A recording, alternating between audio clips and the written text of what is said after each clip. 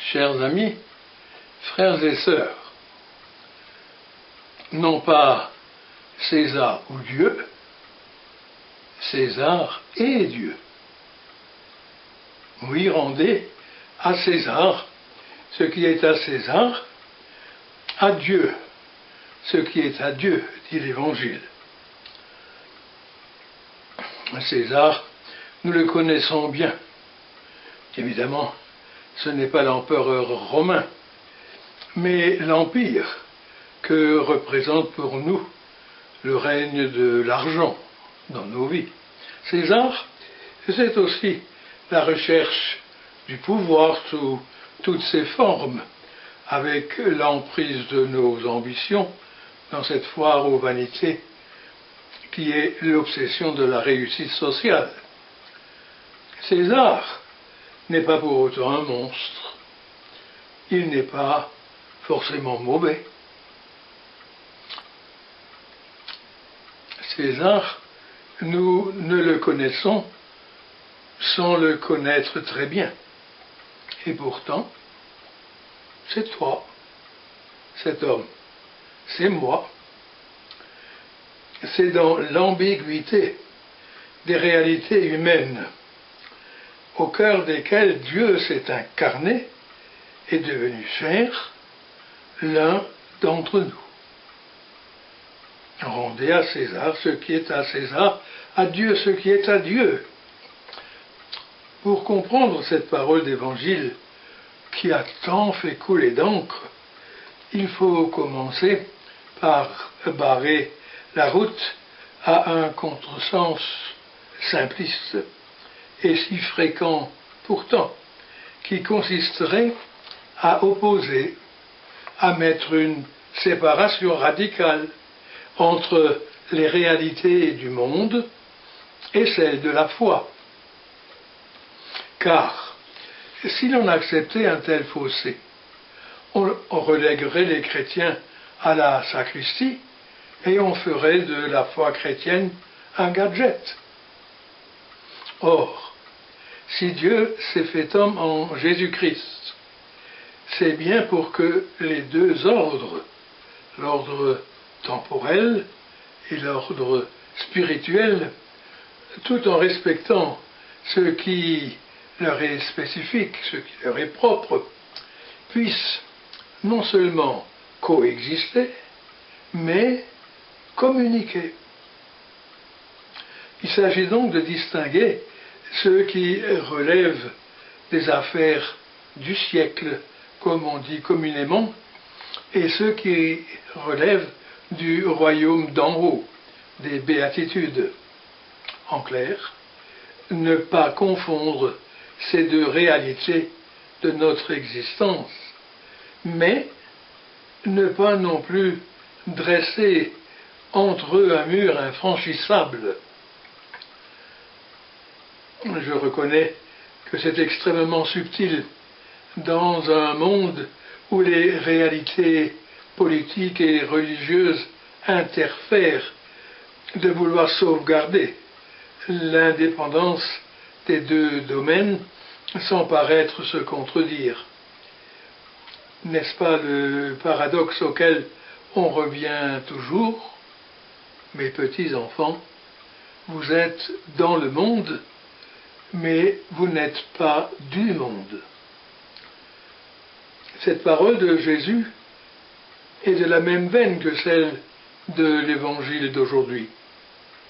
Aujourd'hui, en ce dimanche des missions, tandis que l'Église prie afin que Dieu soit reconnu et son plan d'amour sur le monde mieux compris, voici une excellente manière de présenter le message chrétien à partir de cette parole d'évangile qui situe la foi chrétienne en pleine pâte humaine.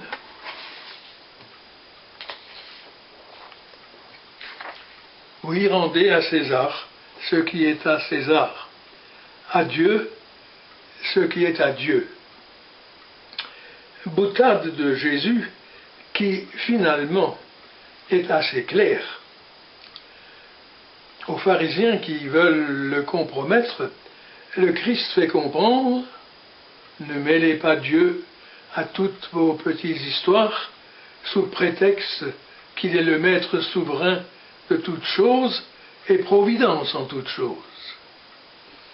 On ne s'approprie pas Dieu. Ne le mettez pas dans votre camp quand ça vous arrange, pas davantage, ne l'excluez pas quand, par exemple, ces exigences de vérité, de partage et de pardon vous gênent. Dieu est présent à toute notre vie, à tous ceux qui nous arrivent. Pas un cheveu de votre tête ne tombe sans ma permission. Ce n'est pas une raison pour aller croire qu'il nous traite en assistés. Dieu nous veut pleinement responsables, capables de dominer la terre, cultiver cette plantation qui nous est prêtée pour quelques années et qui s'appelle la vie. Rendons grâce à Dieu de nous laisser à nous-mêmes dans le risque de notre liberté, dans les aléas de la nature, selon les lois de la création, dans le courage de ce qui est notre destin unique. Oui, rendons grâce, car c'est ça, être un homme. Rendez à César ce qui est à César. Oui, rendez à vous-même le meilleur de vous-même qui vous est si souvent fauché dans ce siècle où tant de choses nous aliènent, nous égarent, nous dépossèdent de nous-mêmes. Rendez à l'homme ce qui est à l'homme. Rendez-lui sa dignité. Rendez à Dieu ce qui est à Dieu. Se rendre, d'abord au sens où l'on se rend dans un lieu. Se rendre à Dieu, c'est-à-dire passer sa vie à marcher vers lui dans une recherche passionnée. Se rendre au sens aussi de s'abandonner, c'est-à-dire se livrer au mystère. Se rendre, c'est aussi donner rendez-vous à Dieu dans ces beautés de la création qui peuvent le révéler à celui qui veut bien se donner la peine de savoir contempler dans une aurore naissante quelque chose de la vraie lumière. Rendez à la lumière de votre vie ce qu'elle veut vous dévoiler selon les moments de votre existence et vous découvrirez, j'en suis sûr, aux périodes d'épreuve, comme à celles de bonheur, que l'on a toujours la lumière qu'il faut, du matin au soir de sa vie, pour faire la vérité en soi, pour se rendre à soi-même, pour se rendre à Dieu. Amen.